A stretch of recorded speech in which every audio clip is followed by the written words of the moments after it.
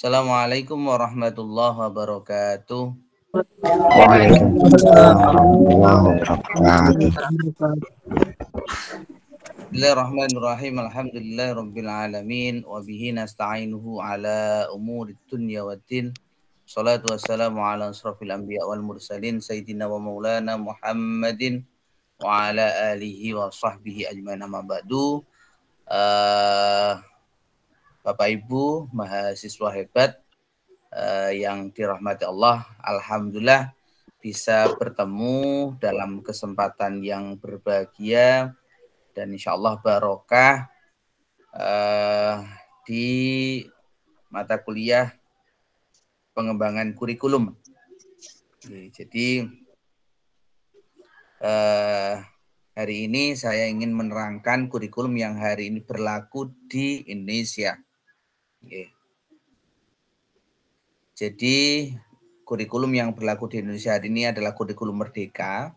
Ya, jadi kalau untuk sejarah, hakikat dan lain sebagainya sudah dibahas oleh kawan-kawan semuanya dari kelompok 1 sampai kelompok terakhir. Maka saya mencoba untuk spesifik ke beberapa hal dan untuk hari ini kita diskusi tentang kurikulum merdeka khususnya pembelajaran berdiferensiasi. Jadi Bapak Ibu panjenengan semuanya sudah ngajar, panjenengan sudah ngajar dan sudah terbiasa bertemu dengan murid. Dan saya hanya mengingatkan kembali, insya Allah Bapak Ibu sekalian sudah tahu dan sudah mengerti bahwasanya murid-murid kita ini berbeda-beda. Murid-murid kita ini berbeda-beda. Dan kita diminta oleh pemerintah, diminta oleh kurikulum untuk bisa melayani seluruh perbedaan yang ada. Jadi yang itu dinamakan pembelajaran berdiferensiasi. Pembelajaran berdiferensiasi. Saya coba untuk share screen Bapak Ibu.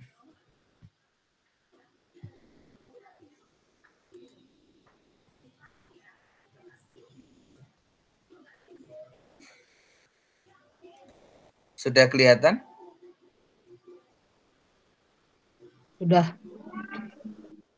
Oke. Sudah, Pak. Sudah, Pak. Oke, jadi Bapak Ibu ibarat itu guru adalah dokter gitu ya.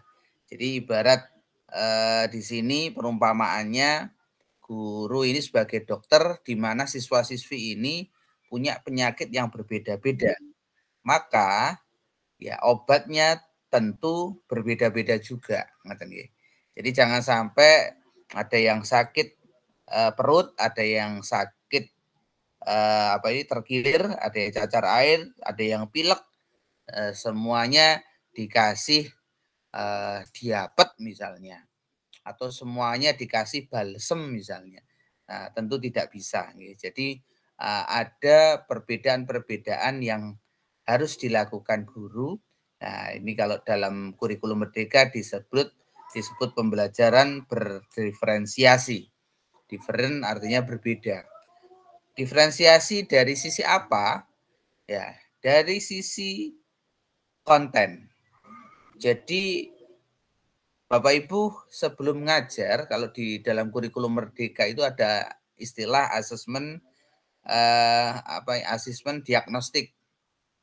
Ya, meskipun ada yang mengelompokkan asesmen diagnostik sebagai asesmen formatif, tapi tidak ada masalah itu. Tapi kalau misalnya harus terpisah, asesmen diagnostik itu adalah asesmen awal.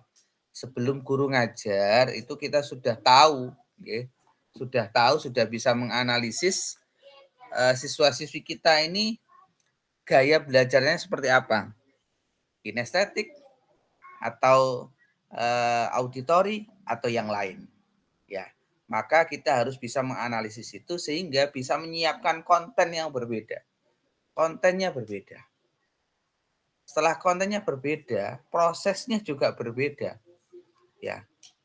Jadi kalau misalnya anak kinestetik disuguhi dengan ceramah, pasti tidak mendengarkan. Contoh ini, ngapunten, Bapak Ibu yang sedang mendengarkan saya, ini kalau orang itu gaya belajarnya kinestetik, ya itu ngantuk ya, mendengarkan suara saya ini ngantuk. Ada yang ngantuk Bapak Ibu? Yang ngantuk bisa angkat tangan atau angkat. Sambil ngopi, Pak. Oh iya, boleh. Yang ngantuk boleh sambil ngopi ya. Jadi anak-anak kinestetik itu memet gitu ya. Kalau bahasa Mojokertonya memet. Memet itu ya aktif gitu ya, aktif kesana kemari ya. Ya bisa jadi menggoda teman ini, menggoda teman di sana dan seterusnya. Ya. Jadi kalau kinestetik disuguhi dengan ceramah-ceramah ini ngantuk, malas gitu ya. Nah, kita harus menganalisis itu di asesmen diagnostik sehingga bisa memberikan konten yang berbeda, proses yang berbeda, bahkan produk yang berbeda. Maksudnya produk itu tugas. Okay. Jadi tugas antara satu anak dengan anak yang lain bisa berbeda. Apakah boleh? Boleh. Okay. Boleh. Ya. Boleh ya. Jadi apakah bisa tugasnya berbeda-beda? Boleh sekali. Ya. Yeah. Selanjutnya tugas itu boleh berbeda asalkan tujuan dari pembelajarannya tercapai. Asalkan tujuan pembelajaran tercapai. Itu sekilas tentang pembelajaran berdiferensiasi. Selanjutnya mohon kamera on semua untuk didokumentasi. Mohon bantuan sekretaris kelas atau ketua kelas atau siapapun bisa on dan difoto dan dikirim ke grup ya. Nah, dikirim ke grup. Dan disampaikan sudah mulai ya itu. Barangkali di grup disampaikan sudah mulai. Oke, selanjutnya saya ingin memutarkan satu video. Mohon diperhatikan dengan seksama. Boleh dicatat hal-hal penting di dalamnya. Oke.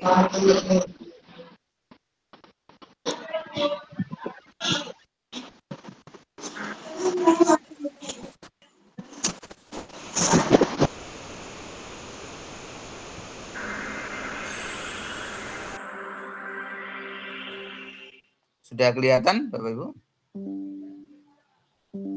Belum, Pak.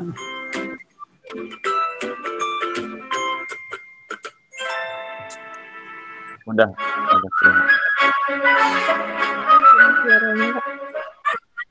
Salah satu tempat hidup beraneka ragam hewan dan makhluk hidup lainnya. Hutan merupakan rumah bagi mereka. Pada suatu hari, Raja Hutan berpidato di hadapan semua hewan di hutan dan mengatakan, "Untuk menghadapi tantangan dunia baru, maka aku akan mendirikan sebuah sekolah. Semua anak-anak hewan yang ada di hutan diwajibkan untuk bersekolah." Tanggapan masyarakat hutan setelah mendengar perintah sang Raja Hutan tentang kewajiban anak-anak harus bersekolah sangatlah beragam. Jadi terdengar keriuhannya. Mereka mendiskusikan kurikulum yang harus diajarkan di sekolah hewan tersebut. Semua memiliki pendapat yang berbeda. Pagi yang cerah, warga hutan mengantar anak-anak mereka ke sekolah hewan untuk mendaftar masuk sekolah. Mereka antri dengan tertib berbaris. Warga hutan beserta anaknya dijelaskan oleh jerapah, sang kepala sekolah, bahwa sekolah hewan tersebut telah memutuskan untuk mengadopsi kurikulum kegiatan yang terdiri dari berlari, memanjat, berenang, dan terbang. Agar lebih mudah pengelolaan kurikulumnya, maka semua hewan wajib mengambil dan mengikuti semua mata pelajaran. Bebek sangat bangga bagus dalam berenang. Bahkan ia lebih baik dari instrukturnya. Tapi dalam ujian terbang, nilainya hanya pas-pasan. Untungnya, ia tetap lulus ujian terbang tersebut. Yang membuat dia sedih adalah hasil ujian berlarinya. Ia mendapatkan nilai yang sangat buruk karena dia sangat lamban dalam berlari. Padahal, Bebek sudah berusaha dengan sangat keras. Dia harus tinggal di sekolah setelah sekolah usai untuk latihan berlari ini. Dia bahkan juga terpaksa meninggalkan hobinya berenang untuk menambah jam latihan berlarinya. Dia berlatih sangat keras hingga selaput kakinya robek. Akibatnya, ia pun tidak bisa menunjukkan hasil yang baik bahkan dalam ujian renang karena masalah dengan kakinya tersebut. Bebek pun gagal di ujian berlari dan hanya mendapat nilai rata-rata dalam ujian berenang. Bebek sedih sekali mendapat nilai rata-rata. Tapi di sekolah tidak ada yang peduli dengan kesedihannya. Menurut guru-gurunya, nilai rata-rata Bebek sudah memenuhi kriteria ketuntasan minimal atau KKM. Jadi tidak masalah. Kelinci tadinya senang karena ia selalu mendapat nilai bagus di pelajaran berlari. Tapi akhir-akhir ini semangat belajarnya menurun drastis. Ia lelah karena hampir setiap hari harus mengikuti kelas remedial untuk berenang. Sementara itu, tupai adalah hewan yang sangat baik dalam memanjat pohon. Tapi saat pelajaran terbang, ia mengalami frustasi. Di kelas terbang, gurunya meminta ia terbang dari bawah ke atas, dan bukan dari atas pucuk pohon ke bawah. Karena diforsir, ia kelelahan. Tupai pun mengalami kram. Akhirnya, Tupai mendapat nilai C dalam memanjat dan nilai D dalam berlari.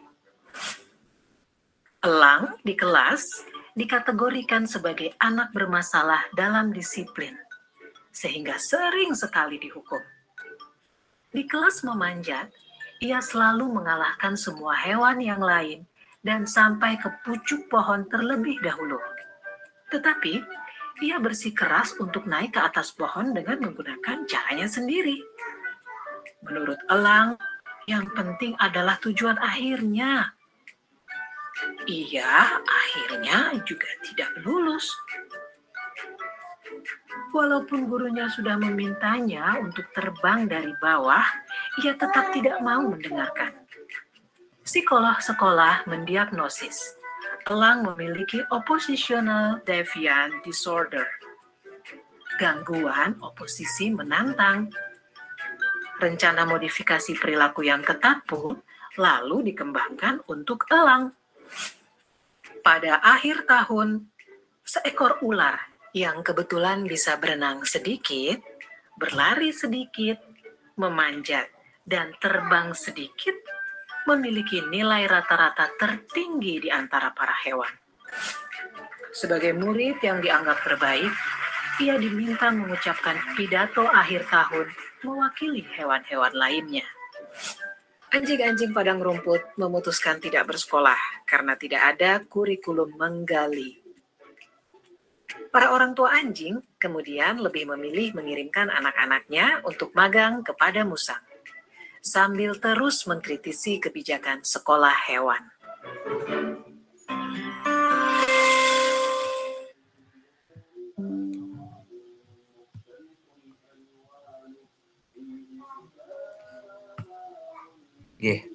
Monggo Bapak Ibu, ada yang mau berkomentar atas video yang baru saja saya putarkan, monggo.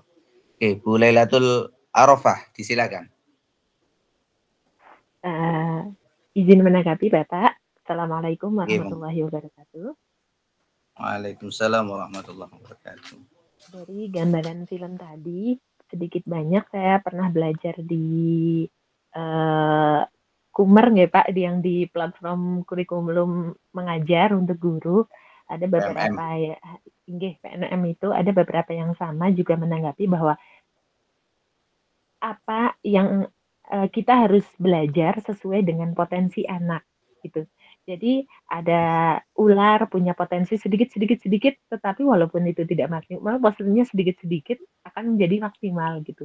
Berbeda dengan bebek, dia potensinya berbeda dengan ular. Ataupun tupai, itu juga berbeda lagi dengan burung. Nah, diharapkan dengan memahami tadi, kita juga bisa memahami bahwa anak-anak juga punya potensi belajar seperti itu. Jangan memaksakan ayam untuk terbang setinggi burung, ataupun jangan memaksakan jerapah untuk berenang di lautan, walaupun dia tinggi, tetapi dalamnya lautan tidak bisa digapai oleh jerapah. Mungkin itu Pak, jadi kita harus belajar mengajar sesuai dengan mendorong potensi anak. Dia mahirnya di bidang apa ini gitu. Tapi mungkin ketika di fase dasar kita bisa mengajarkan semuanya untuk dasar, tetapi dalam pembelajarannya kita mendorong anak untuk mencapai tujuannya dengan melihat potensi diri masing-masing peserta didik. Mungkin itu Pak, kurang lebihnya mohon maaf. Oke, terima kasih Bu Lailatul Arafah. Luar biasa ke komentar atas video tadi, karena sebenarnya sudah belajar di PMM ya. Jadi memang pemerintah itu sudah membekali guru-guru dengan ilmu tentang kurmer dengan kurikulum merdeka itu di PMM. Itu yang sekolah. Untuk yang madrasah ada aplikasi pintar. Ya, ada aplikasi pintar, di sana ada MOOC, pelatihan online. Ya. Hampir sama dengan PMM. Jadi ada video ditonton, video 1, video 2, nanti ada tes, ada video selanjutnya, ada tes, dan terakhir nanti mendapatkan sertifikat. Kalau di PMM sepertinya harus berbagi praktik baik dan lain sebagainya. Intinya Dinas Pendidikan, ya, Kementerian Pendidikan maupun Kementerian Agama sudah membekali guru-guru. Ya, jadi kalau dulu pelatihan harus datang ke balai diklat, harus datang ke hotel, meninggalkan keluarga dan lain sebagainya, sekarang sudah tidak. Ya, jadi pelatihannya sudah merdeka, sambil layah-layah boleh, ya, sambil dari sekolah, dari rumah boleh ya, karena memang merdeka belajar, jadi betul Bapak Ibu, kita diingatkan oleh Bu Lailatul Arafah tadi, jangan sekali-sekali memaksakan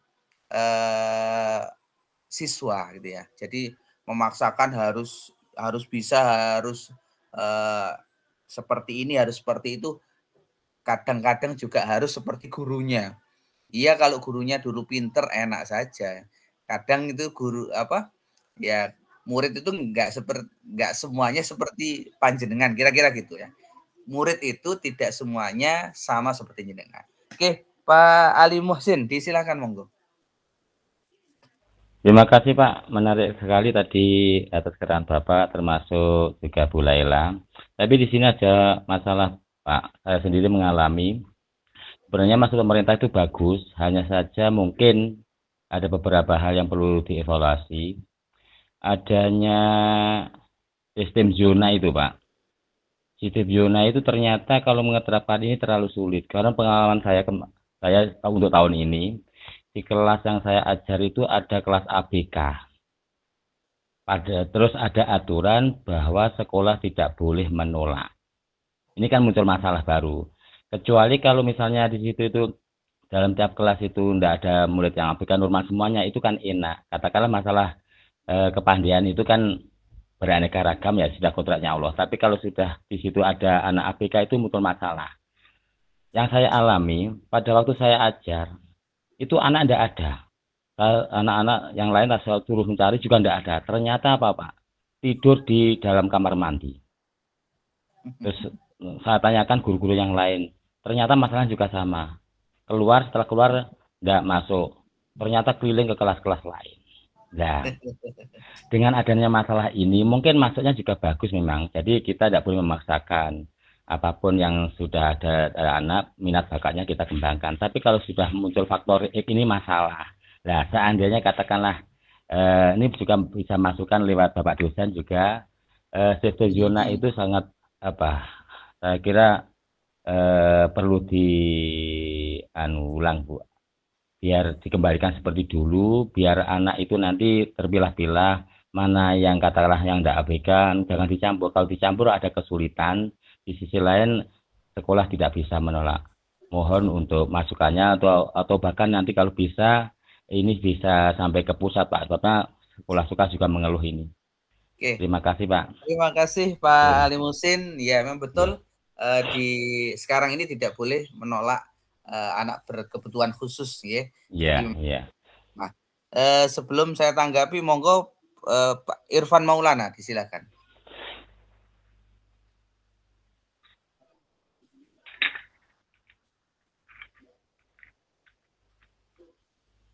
Mic-nya di-on kan? Mic. Assalamualaikum warahmatullahi wabarakatuh. Waalaikumsalam warahmatullahi wabarakatuh.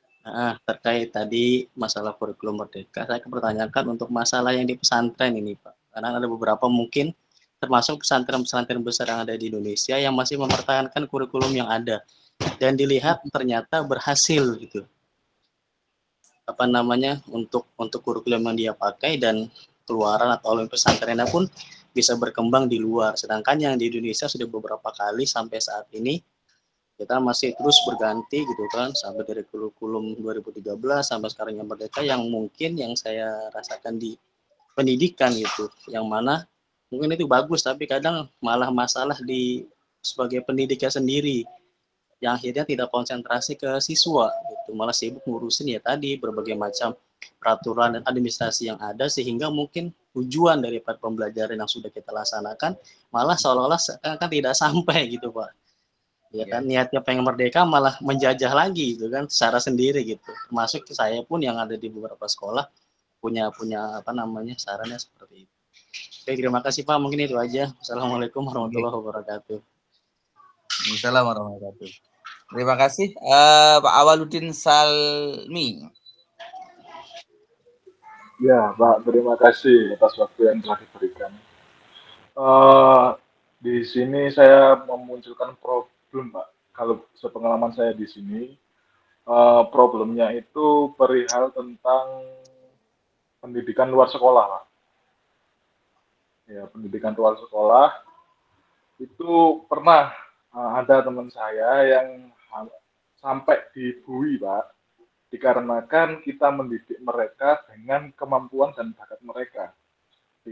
Dengan alasan mereka melakukan tindakan makar. Padahal di situ kita anak-anak itu diajarkan untuk yang namanya membatik, mengukir, dan semua bidang keahlian mereka masing-masing sesuai kesukaan. Nah, di situ ada salah satu wali siswa yang tidak menghendaki bahwa anaknya di situ, sehingga melaporkan kegiatan tersebut yang kita lakukan sama teman-teman itu dilakukannya sampai dalam prospek jalur hukum, Mbak, seperti itu timbul masalahnya. Itu sebelum adanya kurikulum merdeka. Seperti itu, Pak. Mohon ditanggapi bagaimana kita menyikapi hal-hal yang seperti itu. Kita menyinkronkan antara wali murid dengan kita yang sekarang kurikulum merdeka agar mereka paham bahwasannya anak itu tidak harus bisa semua, tapi harus melalui minat bakat masing-masing. Seperti itu, Pak.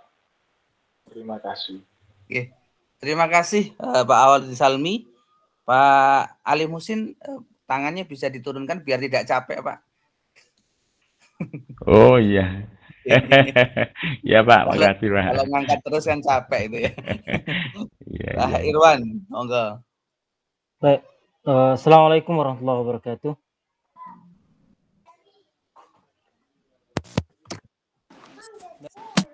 Begini Pak, terkait dengan kurikulum merdeka saat ini, saya sudah berapa kali coba baca, termasuk nonton video tadi itu. itu sebenarnya menimbulkan gimana ya? Ada hal yang muncul di kepala saya dan sampai saat ini tuh mungkin bisa dapat anunya lah. Ketika kita dituntut untuk kemudian mengajari anak, mendidik anak sesuai dengan potensi yang ada. Sementara kemudian anak digabung dalam satu tempat yang sama. Itu maksudnya pemerintah ingin kita mendidik, mengarahkan anak sesuai dengan potensinya yang ada.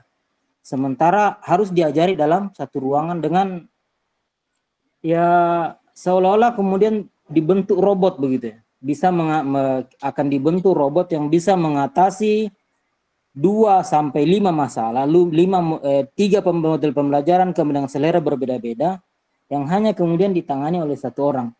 Dan sampai saat ini saya pribadi coba mencerna tentang kurikulum merdeka lah namanya atau pembelajaran berdiferensiasi. Makin ke sana makin ke sini kemudian makin tidak ketemu saya titiknya. Maksud dari kurikulum merdeka ini. Karena makin jauh saya baca, makin kemudian saya kayaknya lebih baik kita kembali ke kurikulum bagaimana ulama dulu belajar. Ya kalau ingin belajar fikih datangi ulama ini. Kalau ingin belajar tafsir datangi ulama ini. Kalau ingin belajar tentang akidah atau apapun datangi ulama ini. Saya sampainya ke sana ujung-ujungnya kayaknya maksudnya kurikulum merdeka ini satu guru dengan satu spek sendiri sehingga diberi keluasan kepada siswa untuk memilih. Tapi kemudian saya terbentur. Saat ini kita tahu bersama bahwa literasi minat belajar siswa itu kalau mau dibilang ada kayaknya minus. Saya katakan minus. Termasuk kita sendiri, Pak. Ya, janganlah siswa. Kita lah mungkin di ruangan ini ya. Bisa dites mungkin berapa makalah yang dikirim di grup, berapa kemudian kita baca betul. Itu bisa jadi pertanyaan itu. Berapa makalah, berapa PPT yang dikirim, berapa kemudian yang kita baca. Ini kemudian banyak mengganggu secara saya pribadi. Mungkin ada penjelasan dari Pak dosen terkait ini supaya saat ini saya masih dalam kondisi confuse sendiri itu. Apa maksudnya kurikulum merdeka itu? Begitu Pak. Oke, terima kasih Sirwan. Ada lagi? Cukup? Bapak Ibu yang kami hormati, yang pertama sepertinya yang harus kita rubah adalah mindset gitu ya. Adalah mindset. Mindset kita, ketika mindset kita masih ada penolakan terhadap kurikulum merdeka ini, sebenarnya tidak hanya kurikulum merdeka, terhadap apapun. Jadi kalau alam bawah sadar kita masih menolak, masih mengkritisi, masih menganggap ini kurang ideal, maka selamanya kita tidak akan mau nggarap RPP-nya kurikulum merdeka, kita juga tidak akan bisa menerapkan pembelajaran berdiferensiasi, kita juga tidak akan bisa melaksanakan P5 dengan baik atau PPRA dengan baik, dan seterusnya. Maka sekali lagi saya mengajak dulu, yang pertama, kita di sekolah. Hari ini kita di sekolah dan di madrasah. Kalau kurikulum pesantren, saya juga santri. Keyakinan kita terhadap kurikulum pesantren yang peninggalan salafus sholih yang ya menghafal kitab-kitab itu ya, nadzoman itu dihafalkan ya, itu saya juga punya keyakinan itu luar biasa. Sedangkan di teori-teori masa kini, contoh saja taksonomi Bloom, menghafal itu adalah pemahaman terendah. Nah, tapi saya tidak membahas itu. Jadi yang pesantren itu tetap kita akui sebagai kurikulum yang baik, ya, yang pas untuk para santri kita, itu tidak masalah. Hanya saja posisi kita sekarang adalah di sekolah dan di madrasah. Di sekolah dan di madrasah. maka mau tidak mau, suka tidak suka, kita harus menerima kurikulum merdeka. Mengkritisi harus, nggih. Jangan terus itba, nggih. Apa ini? Taklid ya, bukan itba. Taklid buta gitu ya. Ya wis nggih, disuruh ini nggih, mboten. Bukan itu. Bukan taklid buta, tidak. Kita tetap harus kritis ya. Yang tadi disampaikan saya sepakat semuanya. Hanya saja hatinya, nggih, hatinya mohon, karena sekarang kita di sekolah, sekarang kita di madrasah, dan yang berlaku hari ini adalah kurikulum merdeka, maka suka tidak suka, mau tidak mau, maka itu yang harus kita jalankan. Kenapa? Kalau hatinya sudah menolak, nanti kalau misal kepala sekolah suruh buat RPP, yakin seyakin-yakinnya tidak akan dibuat. Nopo sih Pak, niki saya, niku lho pun kurikulum pesantren, saya kurikulum yang lama, saya yang seperti ini, seperti itu, dan lain sebagainya. Tapi ya intinya kita harus open ya, kita harus terbuka dengan perubahan ini, dan kritis dan atas kebijakan-kebijakan itu harus. Dan ngeten, secara teori antara kurikulum satu dengan yang lain, termasuk kurikulum merdeka, semuanya baik. Sekali lagi semuanya baik. Hanya di tataran praktis. Sekali lagi, di tataran praktis seringkali tidak sesuai dengan apa yang ada di teori. Oke, saya ulangi lagi. Jadi nggak usah jauh-jauh lah. Sekolah yang jelek sekalipun, ya sekolah barangkali di tempat jenengan ada sekolah jelek yang tidak laku, yang kotor, yang kumuh misalnya. Saya yakin seyakin-yakinnya bahwasanya peraturan di dalamnya itu baik.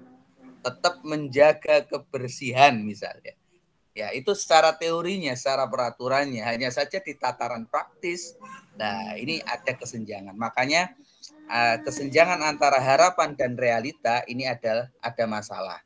Jadi masalah atau gap adalah kesenjangan antara harapan dan realita. Lah, bagaimana kita mempertemukan gitu ya, mempertemukan antara harapan dan realita ini ketemu sehingga tidak ada masalah. Oke. Jadi kita harus open, kita harus terbuka, kita harus husnudon lah. Ini orang PAI ini harus husnudon karena kita di sekolah. Ya, kita di sekolah. Kalau memang kita tidak di sekolah tidak masalah gitu ya. Karena kita di sekolah, maka ya suka tidak suka, mau tidak mau, kurikulum yang hari ini berlaku adalah kurikulum merdeka. Pun sama seperti inilah.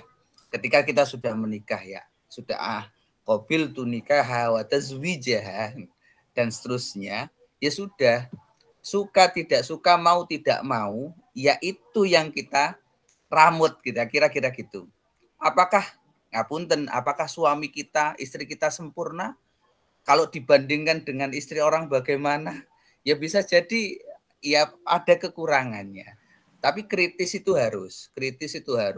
Pak, kalau pulang kerja ya jangan pakaian berserakan, tas ditempatkan sembarangan dan lain sebagainya. Kritis itu harus. Tapi hatinya harus tetap cinta. Kira-kira gitulah. Kira-kira tetap harus cinta. Nah, jadi kurikulum merdeka juga sama gitu. Kita di sekolah, kita di madrasah. Kurikulum yang hari ini berlaku itu. Game pun ya kita husnudon, kita cintai kurikulum itu. Nah, untuk praktek di lapangan kalau memang ada kendala-kendala, kita punya kepala sekolah, kita punya pengawas. Ya. Dan banyaklah di dalam kurikulum merdeka ada istilah komunitas belajar. Ya, ada komunitas belajar. Maka sharing gitu ya. Jadi sharing itu.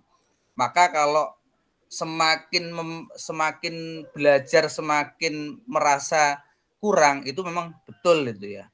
Ya, semakin belajar karena sudah mulai paham itu ya.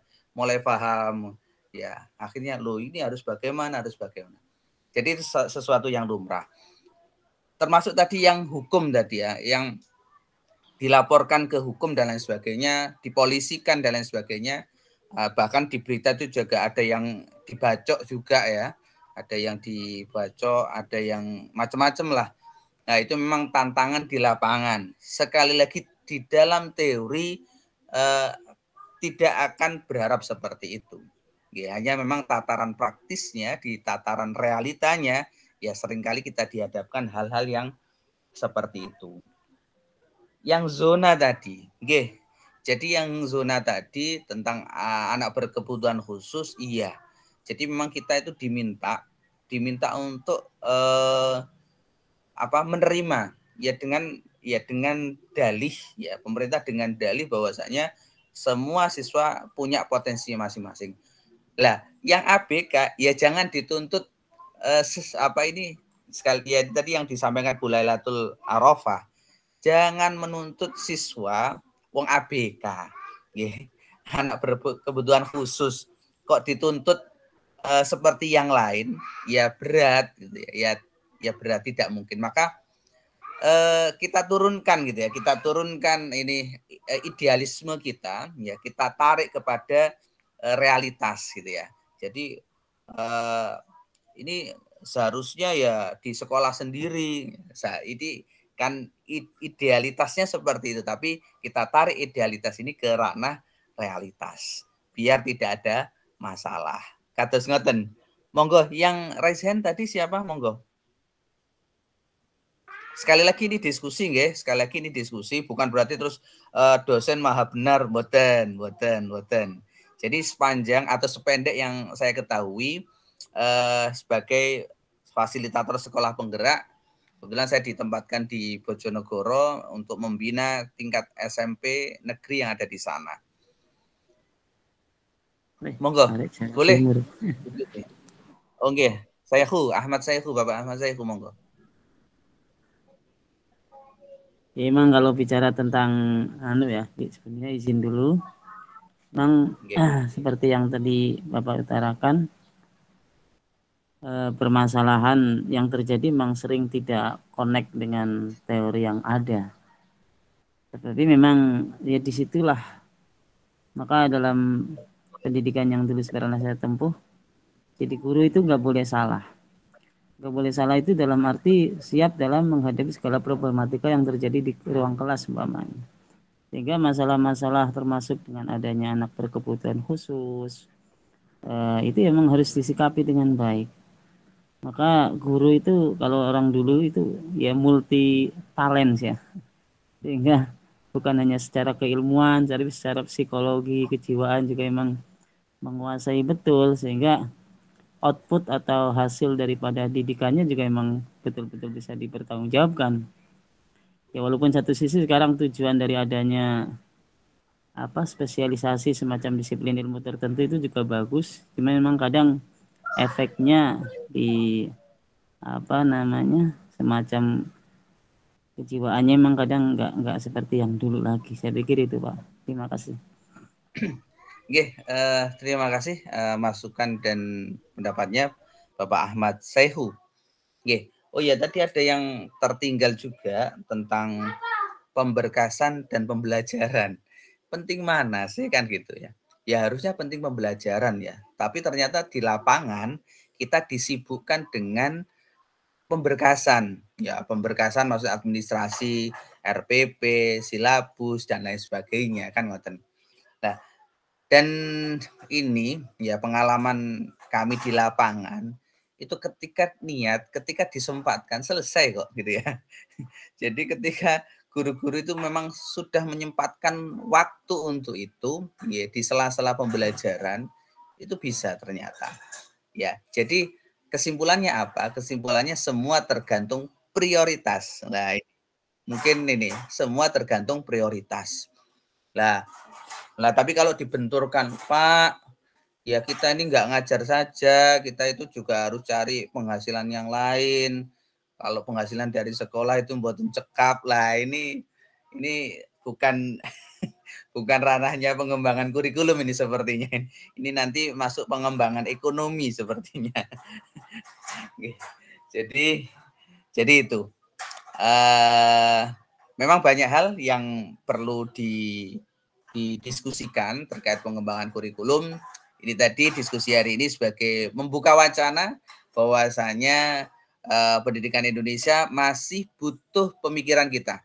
Oke, sekali lagi, pendidikan yang ada di Indonesia masih butuh pemikiran dari kita. Maka terus suarakan aspirasi-aspirasi positif, suarakan kritik-kritik membangun, tapi tetap hatinya tetap menerima apa yang sudah ada dan cinta apa yang kita lakukan hari ini. Karena kita sudah ada di sekolah, sudah ada di madrasah, dan saya berpesan silahkan untuk yang memang sudah jadi guru, silahkan memang belajar di PMM, silahkan belajar di aplikasi pintar, sehingga karena perkembangan di sana luar biasa.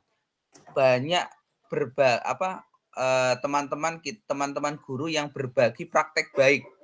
Itu akan menjadi inspirasi buat kita. Oke. Tapi kalau kita tidak mau belajar di sana, yang kita lihat hanya yang ada di sekolah kita, tentunya ya tidak akan berkembang, ya pasti itu saja. Tapi kalau kita mau belajar di PMM, mau belajar di aplikasi pintar, ya insya Allah wacana kita akan terbuka.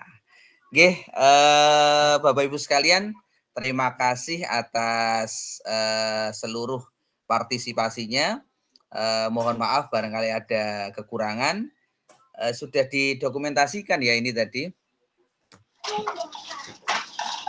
Diulangi lagi mungkin Pak, biar yang terakhir masuk. Ada yang belum masuk Pak. Oke, silakan sebelum saya akhiri silakan di on kamera dulu ya.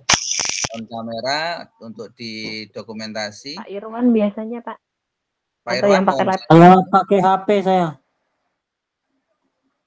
Monggo yang pakai PC.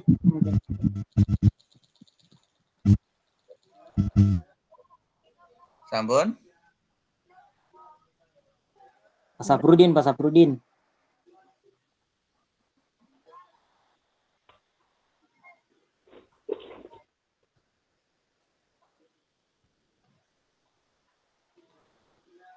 Oke, Bapak Ibu, jangan lupa tugasnya yang sudah mendapatkan masukan, kritik dan saran dari temannya segera direvisi untuk nanti dikumpulkan kembali. Oke, sekali lagi terima kasih atas perhatian Bapak Ibu sekalian. Mohon maaf sudah mengganggu waktu istirahatnya. Akhir kalam, Assalamualaikum warahmatullahi wabarakatuh. Waalaikumsalam warahmatullahi wabarakatuh.